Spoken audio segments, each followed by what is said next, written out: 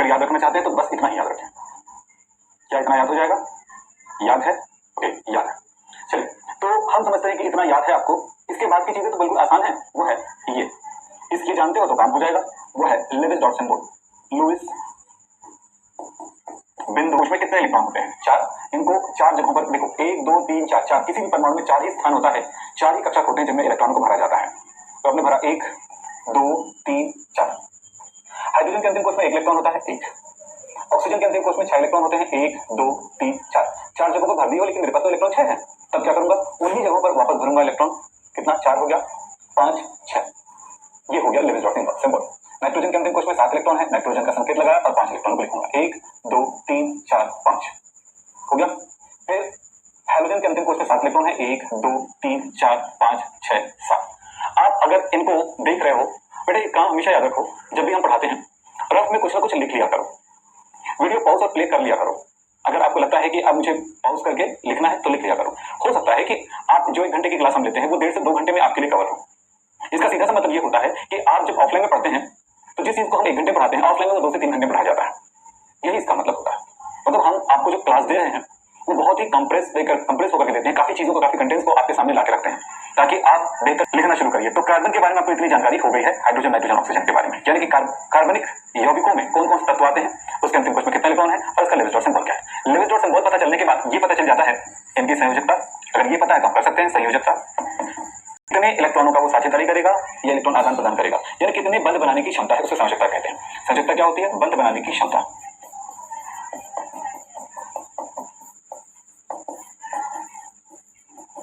बंध बनाने की क्षमता। तो इसका बंध बनाने की क्षमता कितनी? कार्बन के अंतिम कोश में होता है 4 इलेक्ट्रॉन। तो बंध बनाने की क्षमता कैसे निकाली जाएगी ये भी मैं यहीं पे बता देता हूं। अयुग्मित इलेक्ट्रॉनों की संख्या।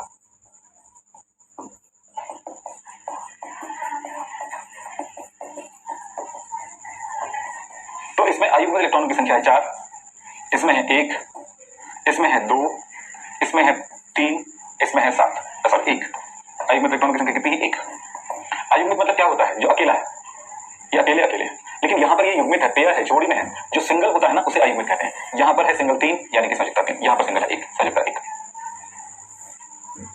आपको समझ में आ गया होगा, ये है इसकी संयोजकता। तो आपने ये जान लिया कि कार्बन की संयोजकता 4, हाइड्रोजन की 1, ऑक्सीजन की 2, नाइट्रोजन की 3 और हाइड्रोजन का 1 होता है।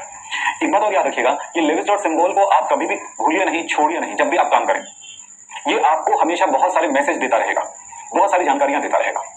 क्रियाविधि पढ़ते होगे आप, अपने स्कूल में भी पढ़े होगे, ट्यूशन में पढ़े होगे, तो आपको एक तकलीफ हुई होगी कि क्रियाविधि समझ में नहीं आती, आपको अनुनाद नहीं समझ में आता है, आपको मेसोमेरिक प्रभाव, प्रेरणी प्रभाव, इंडक्टोमेरिक प्रभाव, इलेक्ट्रोमेरिक प्रभाव, ये सब आपको समझ में नहीं है। जानकारी है कि जब ये बंध बनाएगा तो क्या करेगा, इसकी संरचना सूत्र में क्या होने वाला है कि भाई कौन कौन से तत्व है, संयोजी कोश में इलेक्ट्रॉन कितना है, इसके आधार पर आप संरचना सूत्र लुईस डॉट सिंबल बना सकते हैं, इसकी संयोजकता पता लगा सकते हैं और इनके बारे में बात कर सकते हैं। इतना ही खेल पूरी ऑर्गेनिक केमिस्ट्री में होता है, चाहे रिएक्शन के टाइम पे हो चाहे कुछ भी हो, इतने ही काम होते हैं।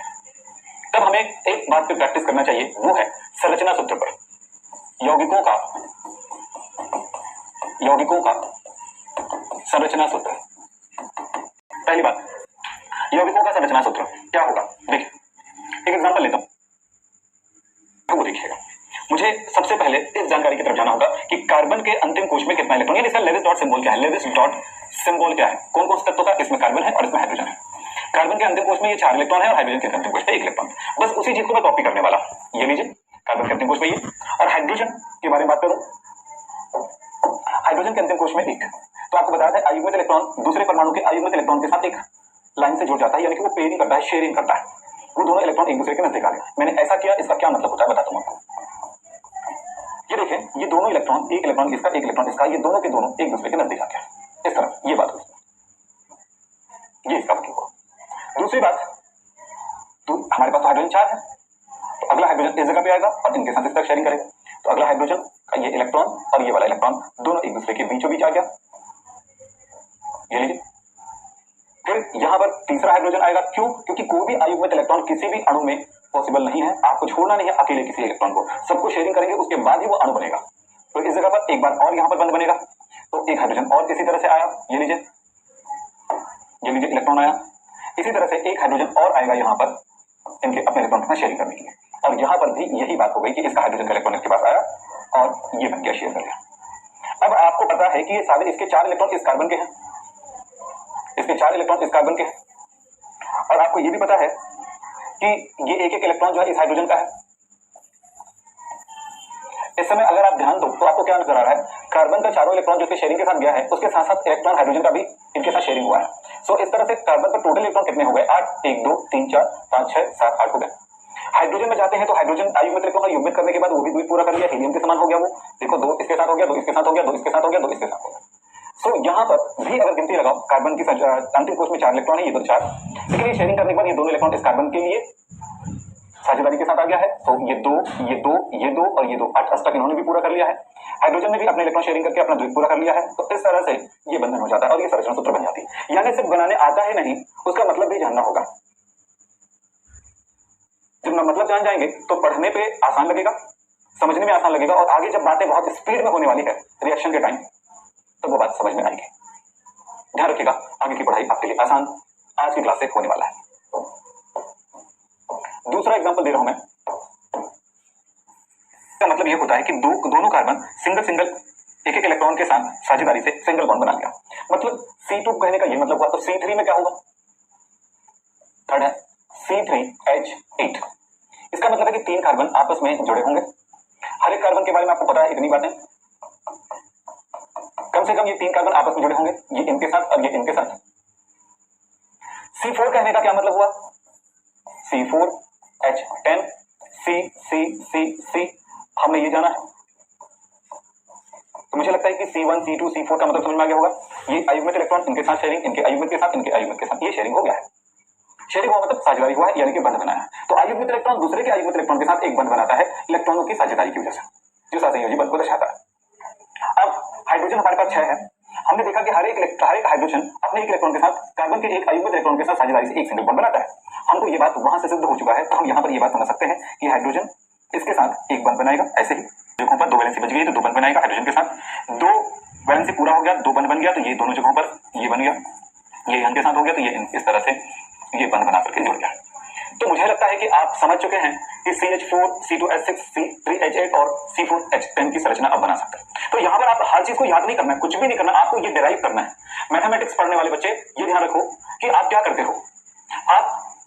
आपको समझाया जाता है किसी एक एग्जांपल को, मैथमेटिक्स के बारे में, मैथमेटिक्स में किसी चीज को समझाया जाता है, किसी फॉर्मूले को समझाने के बाद किसी एग्जांपल को समझाया जाता है, यानी कि मेथड समझाया जाता है, विधि समझाई जाती है कि इस तरह के प्रॉब्लम को कैसे सॉल्व किया जाए। फिर उसके बाद अलग तरह के प्रॉब्लम उसी से रिलेटेड होकर के दे दी जाती है और सॉल्व करने के लिए कहा जाता है। आप उसे सॉल्व कर लेते हो, ऐसा कोई मैथमेटिक्स स्टूडेंट नहीं होगा जो नहीं कर पाते होंगे। क्यों कर लेते हो, बंध का निर्माण करना। अब इसमें ये जो अयुग्मित इलेक्ट्रॉन है, ऑप्शन में बच गया एक, जबकि इसमें दोनों यहाँ पर युग्मित इलेक्ट्रॉन तो दिख रहा है। तो ये अयुग्मित इलेक्ट्रॉन ये हाइड्रोजन के साथ बंध बना लिया, ये इसकी संरचना सूत्र हो गया। अगर मैं कहता हूं कि C2H5OH है तो कैसे सब बनाओगे इसको, तो यहां पर देखिए C2 कहने का मतलब है आपस में एक सिंगल बॉन्ड से जुड़ा हुआ है। अब कितने इलेक्ट्रॉन बच गए, 1 2 3, यानी 3 वैलेंसी बच गई। इधर कितना बच गया, 1 2 3 बच गया। कितने, 5 हाइड्रोजन है, तो 1 2 3 4 5 जगहों पर हाइड्रोजन भी आ गया। इस तरह से ये हो गया। अब एक संयोजकता बची हुई है जो अगले ऑक्सीजन के साथ जाएगा। ऑक्सीजन में युग्मित इलेक्ट्रॉन आएगा, फिर उसके बाद 2 अयुग्मित आ जाएगा, एक अयुग्मित दूसरे अयुग्मित के साथ जुड़ गया, फिर बच गया हाइड्रोजन, इस अयुग्मित के साथ ये हाइड्रोजन आ जाएगा। कितना आसान होता है संरचना सूत्र बनाना। 7। अब देखो मैं लिखता हूं कि CH3NH2, क्या हम इनको बना सकते हैं। कार्बन के बारे में पता है कि भाई ये अयुग्मित इलेक्ट्रॉन 4 हो गए हैं, तो 3 जगहों पर तो हाइड्रोजन लग ही जाएगा। अब ये बताता है एक अयुग्मित इलेक्ट्रॉन का बचना, आगे जाकर के किसी न किसी के साथ वो बंध बनाने वाला है। तो किसके साथ, अगला स्टेप है नाइट्रोजन का। नाइट्रोजन में एक युग्मित होते हैं और 3 अयुग्मित होते हैं, एक पेयर 3 अनपेयर इलेक्ट्रॉन। ये अनपेयर इलेक्ट्रॉन इसके अनपेयर इलेक्ट्रॉन के साथ जाकर जुड़ जाता है, अनपेयर मतलब अयुग्मित जुड़ गया। अब बन गया इसमें 2 अयुग्मित इलेक्ट्रॉन, हाइड्रोजन इनके साथ एक और दूसरा हाइड्रोजन इनके साथ, देखो बन गया। इसी तरह से मैं अगर बोलूं मेरे पास ये अगर हो HCHO, तब मैं क्या सोचूं, सबसे पहले तो हाइड्रोजन ही बोल दिया गया है जो कि कार्बन से जुड़ा हुआ है, हाइड्रोजन पे कार्बन, तो ये एक सिंगल बॉन्ड से जुड़ पाएगा हाइड्रोजन, ये तो पता है। तो कार्बन के 3 डॉट बचे हुए हैं, 3 अयुग्मित इलेक्ट्रॉन यानी अनपेयर इलेक्ट्रॉन बचे हुए हैं। इनके साथ ये हाइड्रोजन, एक जस्ट हाइड्रोजन बोला है तो मतलब हुआ कि हाइड्रोजन है जो इनके साथ एक बॉन्ड बना लेगा। अब ये सारी चीजें हो गई है, फिर क्या हुआ, ऑक्सीजन, देखो युग्मित और 3 अयुग्मित, 3 अयुग्मित के साथ तो क्या बना, ये इनके साथ बॉन्ड बनाया, ये इनके साथ बॉन्ड बनाया, क्योंकि दोनों में अयुग्मित इलेक्ट्रॉन 2 बचे हुए थे। ये हो चुका है, इस तरह का बंधन हुआ। फिर क्या हुआ, बात समझ में आ गई क्या हुआ है, मतलब ये हुआ कि कार्बन के साथ 2 हाइड्रोजन सिंगल बॉन्ड से जुड़े हुए हैं, डबल बॉन्ड के साथ एक ऑक्सीजन जुड़ा हुआ है और ये युग्मित इलेक्ट्रॉन दिख रहे हैं आपको। CH3 CHO, C के साथ 3 H जुड़ा हुआ, 1 2 3, ये लीजिए सिंगल बॉन्ड से 3 हाइड्रोजन जुड़ गया। फिर अगला बोलता है कार्बन। अब इस कार्बन के एक अयुग्मित इलेक्ट्रॉन बचे हुए, क्योंकि 3 ने तो बंद बना लिया, एकदम क्लियर समझ में आ रहा होगा। फिर ये तीनों, ये अब बच बॉन्ड बनाएगा। फिर इसके बाद इसमें 3 बच गए। अगला बोलता है हाइड्रोजन की मर्जी। फिर आता है ऑक्सीजन। ऑक्सीजन में 2 अयुग्मित है और कार्बन में भी 2 अयुग्मित है, तो ये दोनों इस तरह के बॉन्ड बना लेते हैं। मतलब हम कह सकते हैं कि बढ़िया सुंदरता से दिखाना, भाई सजाना अलग बात हो जाता है ना। ये लीजिए CH डबल बॉन्ड O, ये लीजिए। मुझे लगता है कि अब आपको बनाने आ रहा है स्ट्रक्चरल फॉर्मूला 10वां। मैं अगर कहूं HCOOH है, तब क्या करेंगे? तब ये करिए, हाइड्रोजन कार्बन है तो एक बॉन्ड से तो जुड़ेगा ही। अब इसमें 3 अयुग्मित इलेक्ट्रॉन बचे हुए हैं। ऑक्सीजन को स्टेप में, तो ये देखिए अब कहां लगाओगे आपकी मर्जी, और 2 अयुग्मित है तो इस तरह से। हमेशा याद रखें, ये इस तरह की स्थिति आपको ऑक्सीजन अयुग्मित इनके साथ।